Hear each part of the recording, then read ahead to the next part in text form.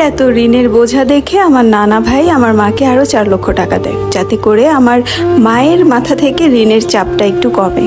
কিন্তু আমার মা যখন বাসায় আসে তখন আমার মায়ের বাসার সাথে যেই মহিলাটা থাকতো প্রতিবেশী, সেই মহিলা তার হাজবেন্ডকে নিয়ে এসে আমার মার কাছ থেকে টাকাগুলো ছিনিয়ে নেয়। এমন না যে সে আমার মায়ের কাছে টাকাগুলো পেত, সে টাকাগুলো ছিনিয়ে নিয়েছে।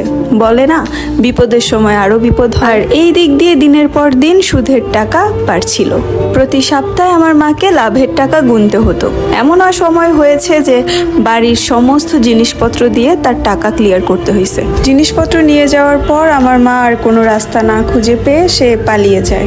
আর এই দিক দিয়ে সমস্ত পাওনাদাররা আমার নানা বাড়িতে যেয়ে ওঠে টাকা চাওয়ার জন্য। তখন আমার নানা ভাই কিছু কিছু করে টাকা দেয় পাওনাদারদেরকে।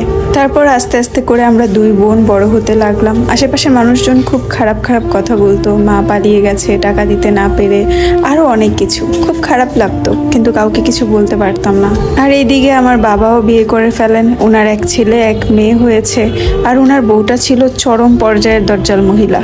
তারপরে হঠাৎ একদিন আমার দাদি আসে আমাদেরকে দেখতে, আর এর মধ্যে আমার মাও আসে, কিন্তু কেউ কারোর সাথে কথা বলেনি।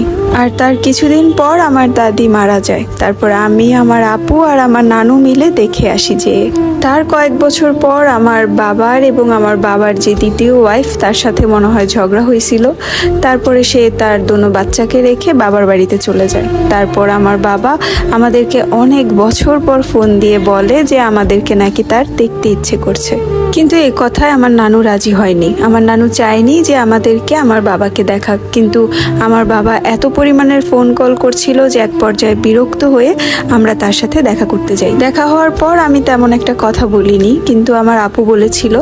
আর আমার আপুকে আর আমাকে বলছিল যাইতে, কিন্তু আমি তার সাথে যাইনি, কারণ আমার প্রচুর ঘৃণা কাজ করছিল তার উপরে। উনি আমার আপুকে নিয়ে যায়। আর আমার আপু যাওয়ার পর উনার ওয়াইফ চলে আসে। উনার ওয়াইফ চলে আসাতে আমার বোনকে আবারও ফেরত পাঠিয়ে দেয়।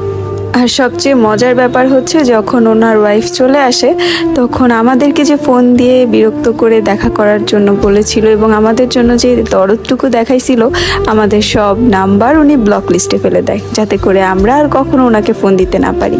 মোট কথা, ওনার ওয়াইফ যাওয়ার পর তার একটু একটু দরদ লেগেছিল আমাদের উপর। যেই তার বউ চলে আসছে, আমাদের উপর থেকে তার আবারও মায়া সরে গেছে।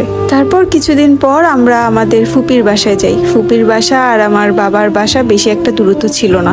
আর ফুপির বাসা যাওয়ার পরে যে অনাকাঙ্ক্ষিত ঘটনাটা ঘটেছিল, সেটা হলো তাদের বাড়ি একসাথে হওয়াতে তাদের ওয়াশরুমটাও একসাথেই ছিল। যখন আমার বড় বোন ওয়াশরুমের সামনে দাঁড়িয়েছিল, তখন আমার বাবা ওখান থেকে যাওয়ার সময় আমার বোনকে দেখেও না